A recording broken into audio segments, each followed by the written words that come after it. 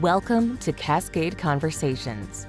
Join the team at Cascade Partners and their network of trusted advisors as they work to demystify details, terminology, and strategies in the world of acquisitions, divestitures, and financings. I'm Raj Kothari, Managing Director here at Cascade Partners, and joining me today is Peter Roth, a partner at Varnum, a law firm based in Grand Rapids, but with offices throughout Michigan. Pete, today we thought let's talk a little bit about, we use the term, hey, a great defense is a strong offense, and wanted to get a sense of how you've worked through challenges and issues with companies to really minimize the impact on a potential M&A transaction. Great, thanks, Raj. It's an excellent topic. We often say surprises kill deals. Yep. And so, the first thing I would say is we try to identify things up front. It's very rare we run into an issue that we can't solve in some way. We can't get through and get the deal done, except when it comes up and we're not prepared for it. It comes up at the end, then buyers get spooked and problems, erode deal value. Yeah, and that leverage changes, right? In terms of your ability to work through a problem up front as opposed to at the end when you're down to that single buyer and they're trying to figure out how to recapture some of that purchase price. Right. If we know about it up front, first of all, we might be able to fix it. Usually we can fix it. If we can't fix it, we get it out on the table. And when you're taking the business out and marketing it, you've got 5 people that are trying to put their best foot forward to buy the business, and you just put in the SIM, okay, there's this environmental issue, and it's a known issue. It's not that big an issue. Here's how we're going to deal with it.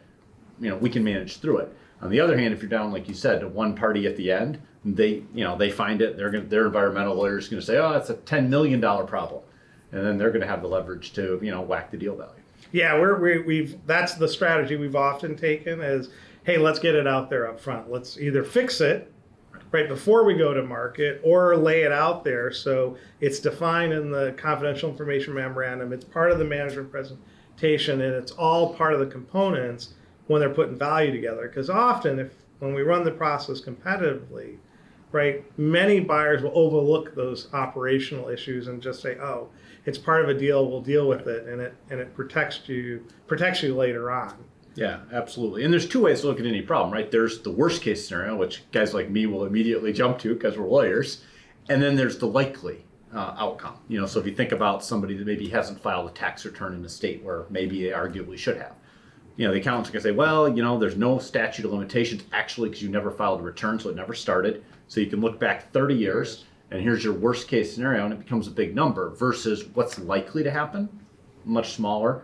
And maybe we do an offer and compromise with the state and actually try to solve the problem proactively so we can propose those sort of solutions. Well, and as lawyers, right, while we're looking at a lot of the business issues, environmental and things like that, often, corporate hygiene, the solid corporate books and records are overlooked. How do you guys approach and think about that in the beginning of a transaction?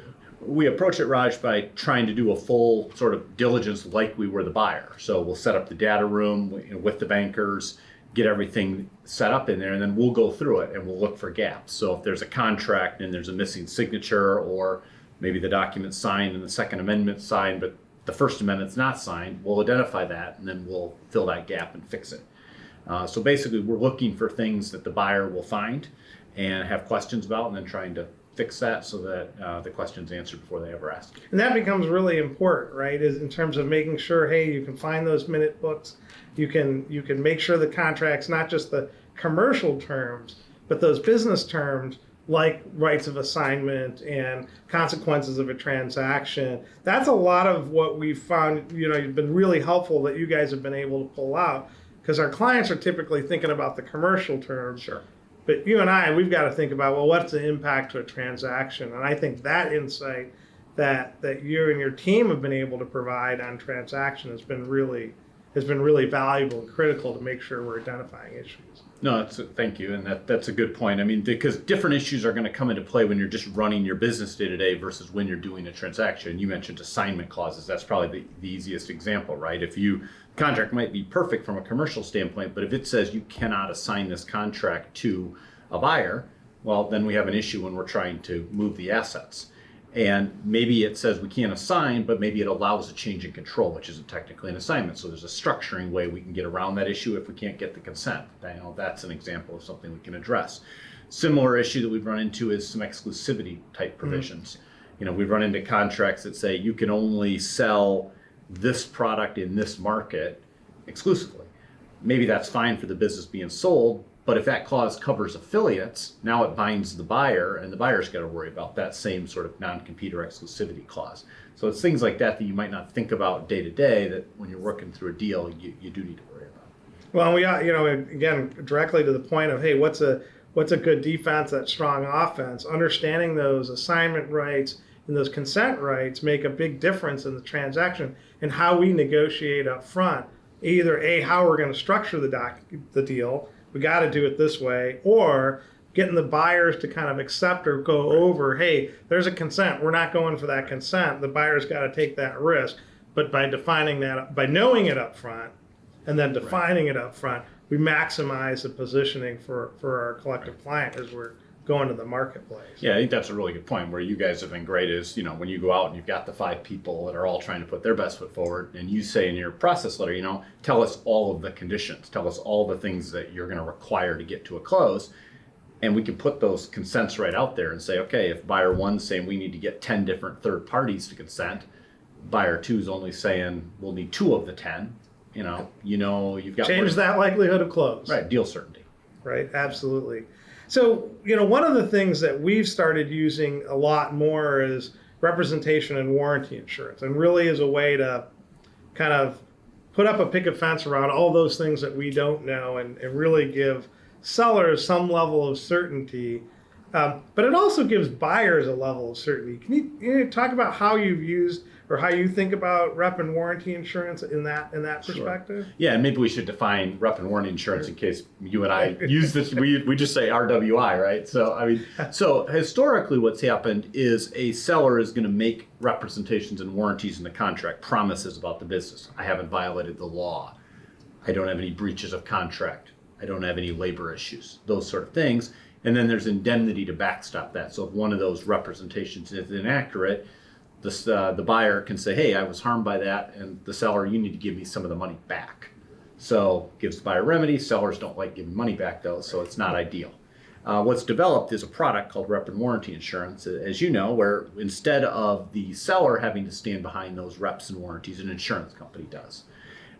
Which is really handy, as you said, for both buyers and sellers. The nice thing for sellers is they don't have to risk giving any money back. It's a clean deal. I put the money in my pocket. They know the certainty of what their exposure is. I sleep at night. I don't have to give $1 million back.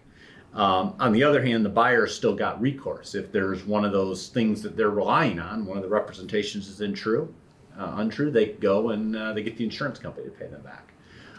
It has changed diligence, though, to some of these things we've been talking about, in that insurance companies are now underwriting this, and they're not going to just do that with no due diligence. And so it requires, they require a buyer to do pretty exhaustive diligence, have a written diligence report. You have to have an underwriting call with the insurer and all their advisors. So when we're on the sell side, having that all prepackaged and ready to go, if we know a buyer is going to insure the deal, which most of them are now, you want to have that stuff ready so they can get the insurance underwritten. Well, and really, it also helps with the negotiation, because as representing the seller, right, we're willing to take more robust representation and warranties to give the buyer more confidence, because in the end of the day, if there's an issue, we've got a small deductible that we're part of, and the rest, there's really a claim they got to go to the insurance company. And the buyers offloading the risk. Right, removing that risk profile. Right. And I found that the buyers like it because, they take all the emotion out of raising an indemnity claim, right? Because if I'm going to my partner or the selling shareholder, who's often the Bahamas, it's a little harder conversation than going to the insurance companies. But then I find our ability to give on the language tends to make people a lot happier about the dynamics. And, sellers are, instead of putting 6, 7, 8% in escrow, they're now got 0.5% that they're exposed. And we find that a great way to get sellers comfortable, and again, protect or create a good offense around those things that you just can't predict. One of the things we've been seeing, I'd be interested in what you see, Raj, of deals that are, some are insurable and some aren't. We've seen some deals recently, especially as the market's been more busy, where insurance companies are being a little more cautious. And if you can't get a deal underwritten by the insurance company, it really puts an issue. Pressure. Yeah, actually, what are you seeing in that? Yeah, we definitely saw it late last year as the market very tightened up. But the way we're finding the distinction is the buyer sophisticated enough to be able to put a real diligence package together that the underwriters are going to look at. And so one of the things that we're doing is assessing or prepping them for, hey, can they get through that diligence process to do that? And then depending on the reasons they break down, we've actually been able to push some of that liability back to the buyer, basically saying you've had the information, right? If it's your issue, you committed, we're not taking the additional exposure. Knock on wood, we've been lucky. We take a very proactive approach. We actually go and identify representation and warranty insurance at the beginning of the process when we're talking to the seller and just before we go to market. So as part of what we're presenting to buyers is not just the deal and the documentation, but we're actually saying, hey, we already have quotes, or underwriters have already looked at this and said they're willing to underwrite this deal subject to due diligence. Right. And that pricing and that element allows us to be more insistent that rep and warranty insurance is in place. So we've been lucky. We haven't had one that has not been able to get underwritten.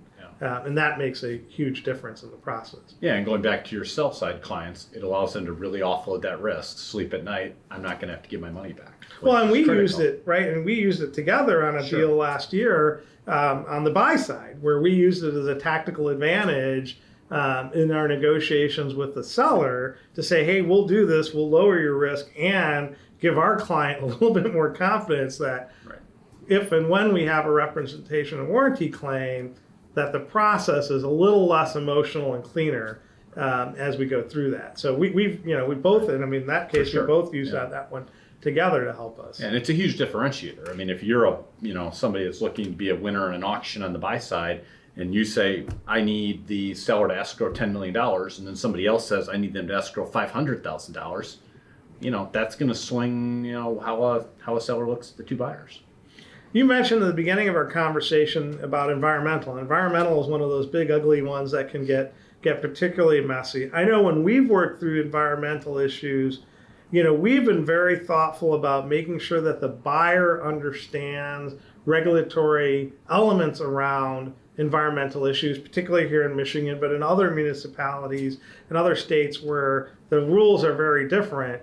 Because what we found is many buyers kind of get a negative reaction without understanding the facts. How have you guys kind of driven that same type of process or thought about kind of addressing environmental problems up front? Sure. I think a lot of times, if we're running a process for a seller, we'll get a phase one. If there's not a current phase one, we'll get the environmental test, and maybe you have to pay $10,000 or $15,000 to get that phase one.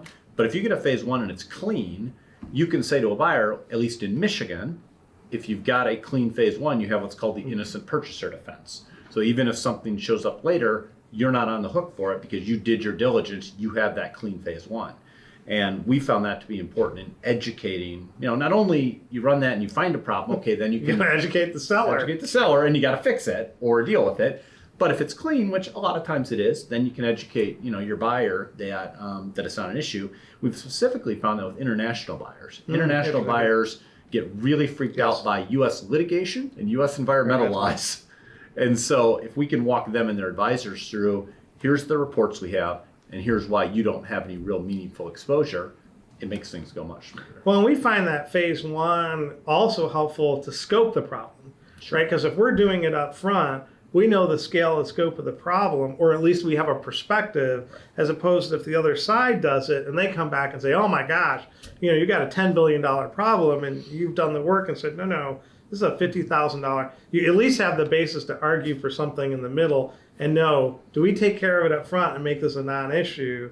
Or do we let it sit, but the buyer is educated and knows that that's the case? Well, it circles back to what we were talking about earlier about getting things on the table early when you have competitive tension, when the leverage is on our side, on the sell side. If we've got a problem, we think it's a $100,000 problem, they're going to turn it into $1 million problem.